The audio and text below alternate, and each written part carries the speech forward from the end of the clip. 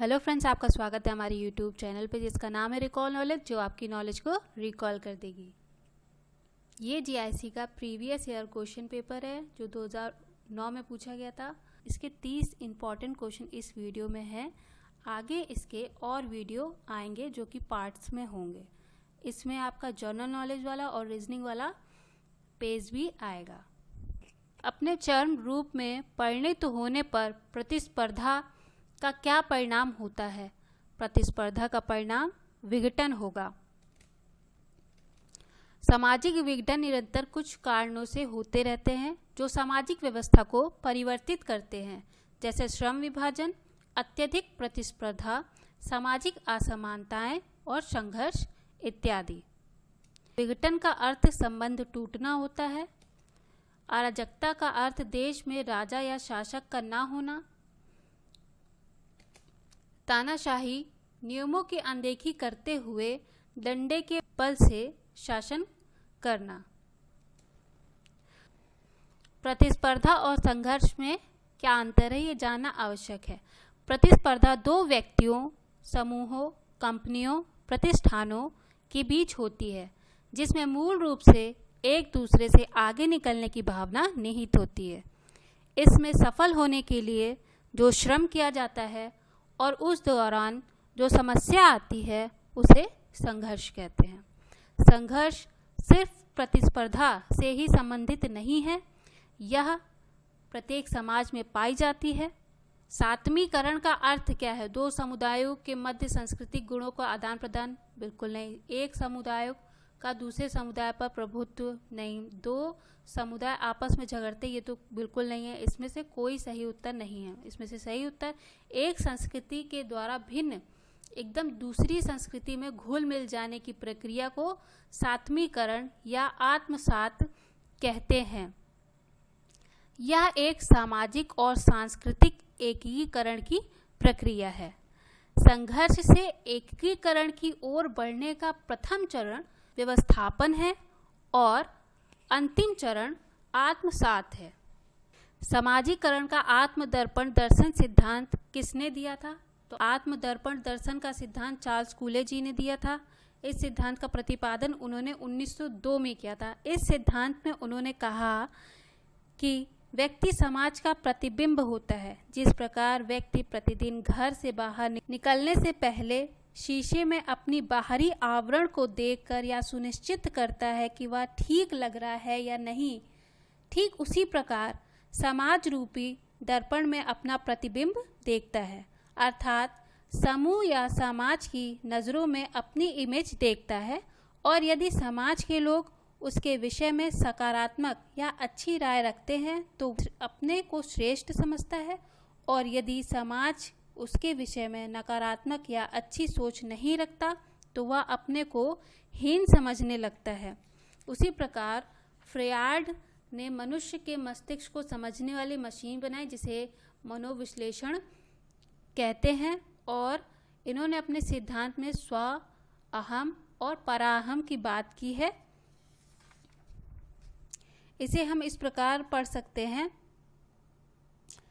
स्व सबसे छोटा भाई है, अहम मंझला भाई है और पराअहम सबसे बड़ा भाई है। छोटा भाई एक बाग में पेड़ पर लगे हुए सेब को देखकर ललचाता है तथा सेब खाने की जिद करता है और येन केन प्रकरण करके उसे प्राप्त भी कर लेता है या करना चाहता है। मंझला भाई जो अहम है वो कहता है कि माली के इधर उधर जाने पर सेब तोड़ लेना, अभी ठहरो। किंतु बड़ा भाई जिसके अंदर सुपर ईगो है वह कहता है चोरी करना पाप है, यदि सेब खाना है तो पैसे देकर प्राप्त करो, अन्यथा नहीं। इस प्रकार इड तथा सुपर ईगो के अंतर्द्वंद शुरू हो जाता है। फ्रॉयड के अनुसार इस प्रक्रिया में व्यक्ति का समाजीकरण होता है। कुल मिलाकर यह सिद्धांत बताता है कि मनुष्य का व्यक्तित्व और कुछ न होकर सामाजिक सांस्कृतिक गतिविधि का प्रतीक है। केंद्र सरकार द्वारा गठित बीपी मंडल के अध्यक्षता में पिछड़ा वर्ग आयोग बना था। यह बना था 19 अनुच्छेद 340 के तहत पिछड़े वर्ग के सामाजिक शैक्षणिक उत्थान हेतु प्रथम पिछड़ा वर्ग आयोग काका कालेकर की अध्यक्षता में 1953 में गठित किया गया था, जिसे कालेलकर आयोग कहा जाता है। यह आयोग 1953 से 55 तक चला था। ये राज्य स्तर का था। उसके बाद केंद्र स्तर पर दूसरा पिछड़ा वर्ग आयोग शुरू हुआ, जो कि 1978 में वीपी मंडल की अध्यक्षता में गठित किया गया, जिसे मंडल आयोग के नाम से जाना जाता है। यह आयोग 1978 से 80 तक चला था। इसमें पिछड़ेपन के 3 आधार बताए गए थे: सामाजिक, शैक्षणिक और आर्थिक। देश की 52% जनसंख्या को पिछड़ा घोषित किया था तथा प्रत्येक स्तर को 27% आरक्षण की सिफारिश की थी।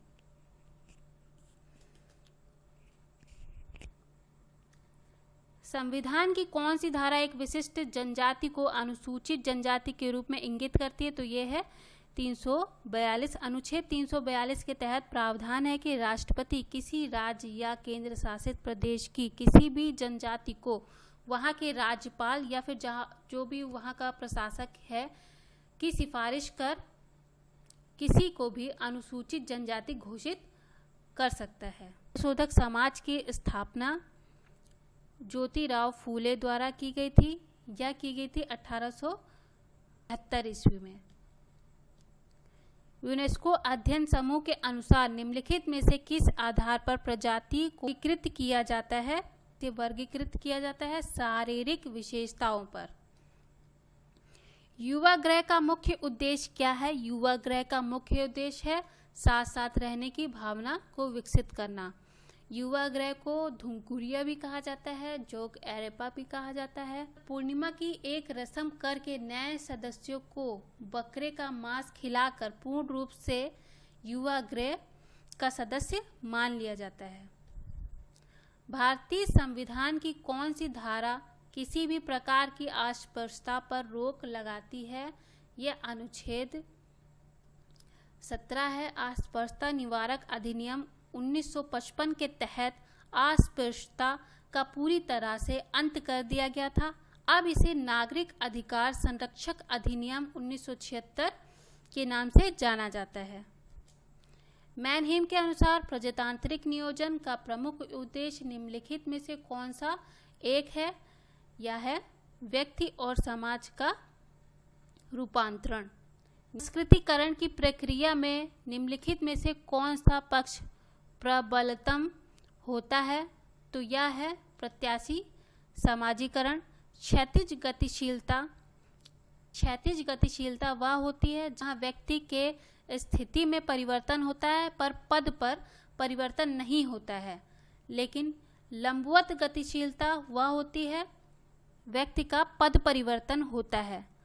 वह जैसे कि कोई बच्चा एक निम्न वर्ग में आता है, वो अपने से उच्च वर्ग को देखता है और उसमें शामिल होने की इच्छा रखता है, उसको प्रत्याशी समाजीकरण कहते हैं। वह अपने आप को उच्च समाजीकरण में ढालना चाहता है। पर संस्कृति ग्रहण दूसरी संस्कृति को ग्रहण करना है।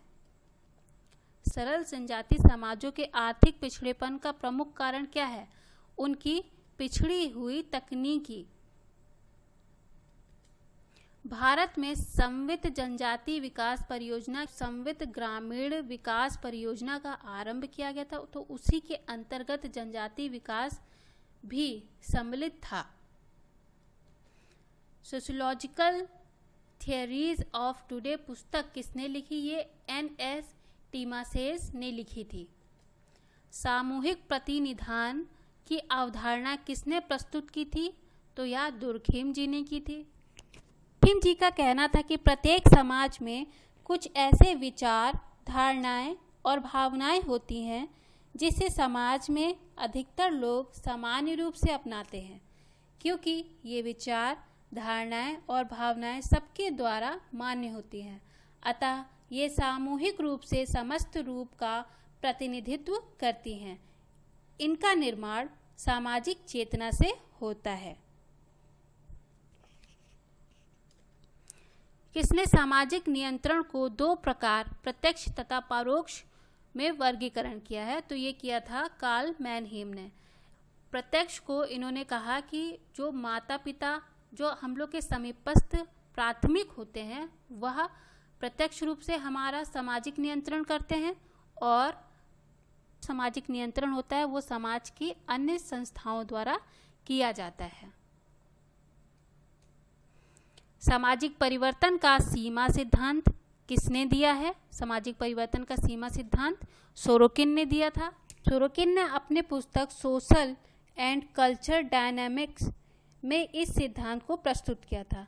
इस सिद्धांत को सीमा सिद्धांत, परिवर्तन के अंतर्निहित स्रोत का सिद्धांत, स्वाभाविक परिवर्तन का सिद्धांत आदि नामों से भी जाना जाता है। इसमें इन्होंने बताया सामाजिक परिवर्तन उतार चढ़ाव के रूप में घड़ी के पेंडुलम की भांति एक स्थिति से दूसरी स्थिति के बीच होता रहता है। उन्होंने बोला प्रत्येक समाज संस्कृति की इन दो धुरियों के बीच घूमता रहता है। एक स्थिति से दूसरी स्थिति जाने के दौरान बीच में एक ऐसी स्थिति आ जाती है जहां चेतनात्मक और भावनात्मक संस्कृति का दोनों के मिश्रित तत्व पाए जाते हैं। इस स्थिति को सोरोकिन आदर्शनात्मक संस्कृति कहते हैं। संस्कृति भौतिक संस्कृति को कहा जाता है। इसमें आविष्कार, प्रौद्योगिकी, भौतिक वस्तुओं की प्रधानता रहती है। और भावात्मक संस्कृति वह होती है इसमें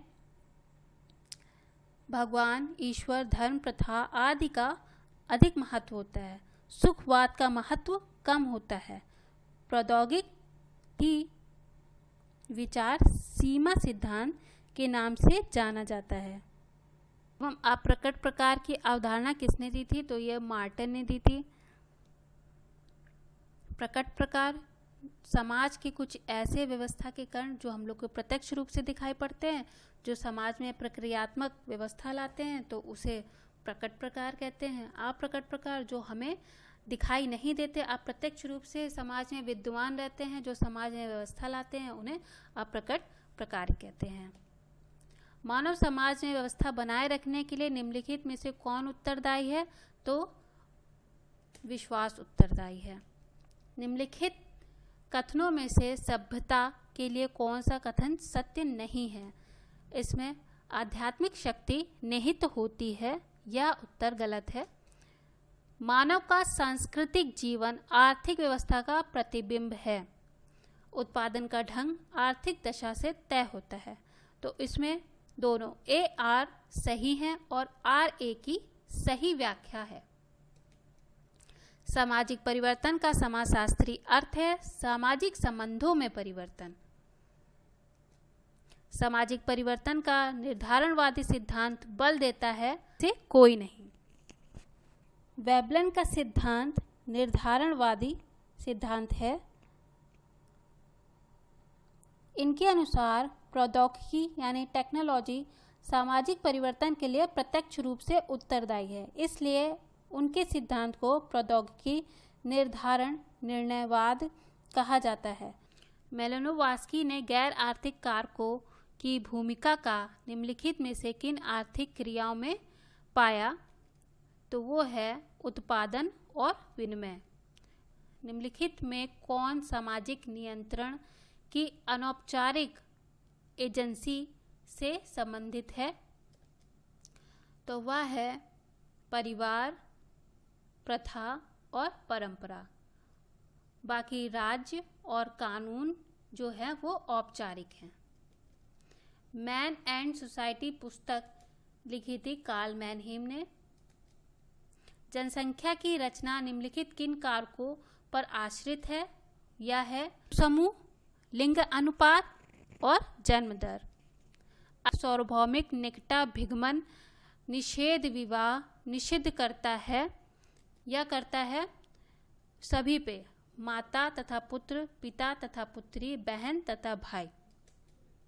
सांस्कृतिकरण के संबंध में निम्नलिखित वक्तव्यों में कौन सा सही है? यह स्थितिगत परिवर्तन की प्रक्रिया है।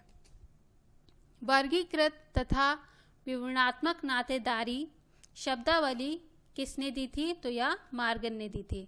वर्गीकृत शब्दावली उसे कहते हैं जैसे कि चाचा, पापा, दादा के लिए एक ही शब्द अपू का इस्तेमाल किया जाता है। वहीं विवरणात्मक शब्दावली में माता को माता, पिता को पिता और बहन को बहन ही कहा जाता है। मॉर्गन ने कहा कि जैसे जैसे असभ्य जीवन सभ्यता की ओर बढ़ता है, वैसे ही वर्गीकृत नातेदारी शब्दावली विवरणात्मक नातेदारी शब्दावली में बदल जाती है। हमारा वीडियो देखने के लिए आपका बहुत बहुत धन्यवाद। आप वैक्सीन लगवा लीजिए, मैंने लगवा ली है। Bye bye.